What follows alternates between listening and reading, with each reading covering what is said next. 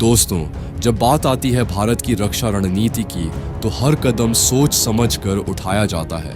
हाल ही में जीई ने तेजस jet engine की सप्लाई बढ़ाने का ऐलान किया, लेकिन सवाल है क्यों? क्या जीई उस दबाव में आ गई है कि उसने अचानक तेजस जेटों के इंजन सप्लाई बढ़ा दी? और क्या इसका असली कारण है फ्रांसीसी कंपनी सफरान का डर? जी हाँ, खबर आई है कि जीई ने अब तेजस MK1A इंजन की सप्लाई तेज करने का वादा किया है। साथ ही भारत में अगले साल ऑर्डर बढ़ाने की तैयारी भी की है। लेकिन इस पीछे की कहानी सिर्फ सप्लाई नहीं, रणनीति, दबाव और देश का स्वावलंबन सब कुछ है। इस वीडियो में हम जानेंगे जीई ने क्यों अचानक रुख बदला, सफरान का दबाव कहां तक है, भारत की सुदृढ़ता और रक्षा रणनीति कैसे काम करती है।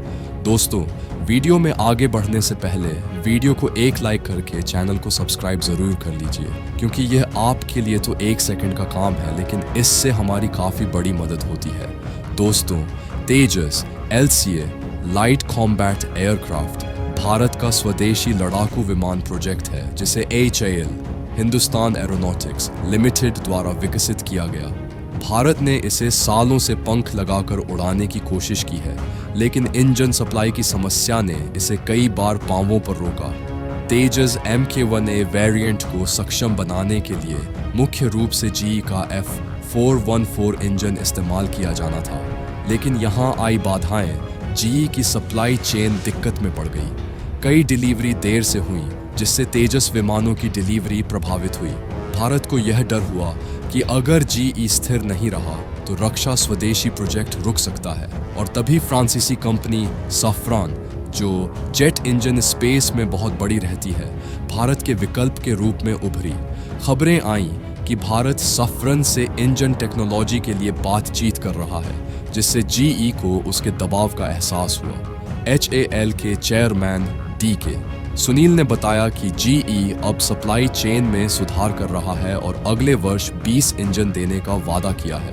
साथ ही इस वित्त वर्ष में जीई ने 12 इंजन देने का लक्ष्य रखा है, लेकिन अभी तक केवल 3 ही सप्लाई कर सकी है। और तो और, रक्षा मंत्रालय ने नई डील को अंतिम रूप दिया।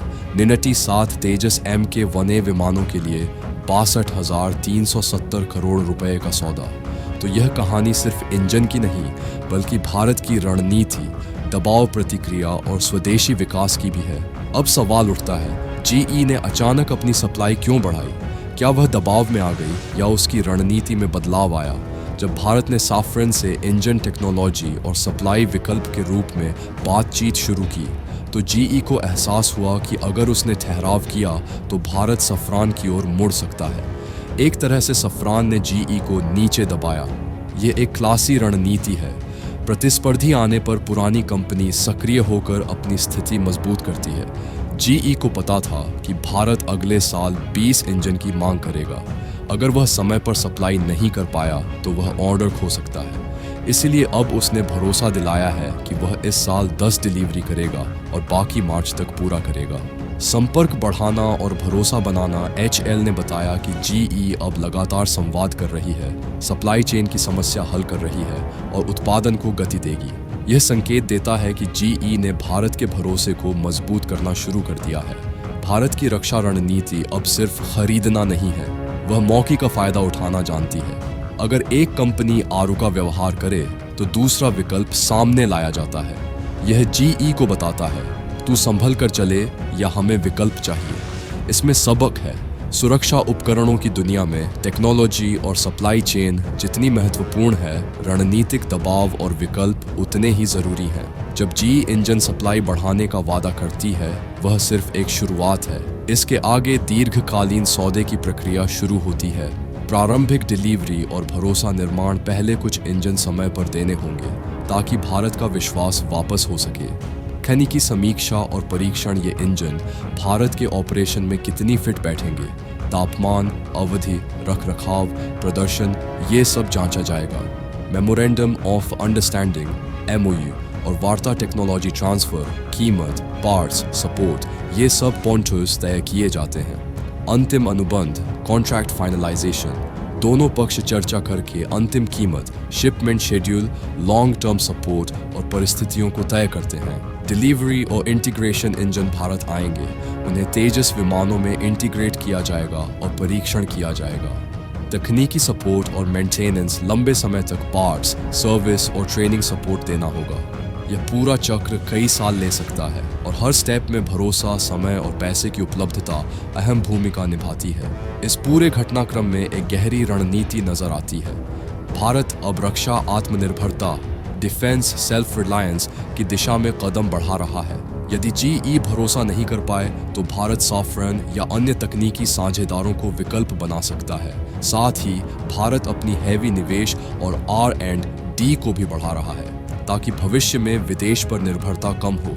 तेजस MK2 और अगले जनरेशन की जेट्स में स्वदेशी इंजन लगाने की योजना पहले से है। साथ ही टेक्नोलॉजी ट्रांसफर, ग्लोबल पार्टनर्स और इंडियन कंटेंट को बढ़ाने का जोर है।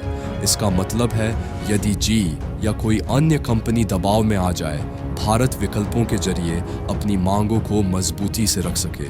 इस रणनीति का सबसे बड़ा लाभ यह है कि भारत रणनीतिक रूप से मजबूत, बाजार शक्तिशाली और स्वावलंबी बनेगा। तो दोस्तों, यह थी वो दास्तान जीई, सफरान और भारत के बीच इंजन सप्लाई से लेकर रणनीति और दबाव प्रतिक्रिया तक। इसमें सिर्फ एक मोटा सौदा नहीं है, एक देश की महत्वाकांक्षा, तकनीकी स्वावलंबन और शक्ति की कहानी है। अब मैं पूछना चाहूँगा आपसे, क्या आपको लगता है जीई को सफरान जैसी कंपनियों के दबाव का डर है? क्या भारत को पूरी तरह से विदेशों पर निर्भर नहीं होना चाहिए? और क्या भविष्य में स्वदेशी इंजन प्रोजेक्ट्स का ज़्यादा महत्व होगा? नीचे कमेंट में अपनी राय ज़रूर लिखिएगा। अगर वीडियो पसंद आया हो तो लाइक, शेयर और सब्सक्राइब करना न भूलें। मैं हर नई बात आपके लिए लेकर आता रहूँगा। जुड़े रहिए और देखते रहिए। जय हिंद।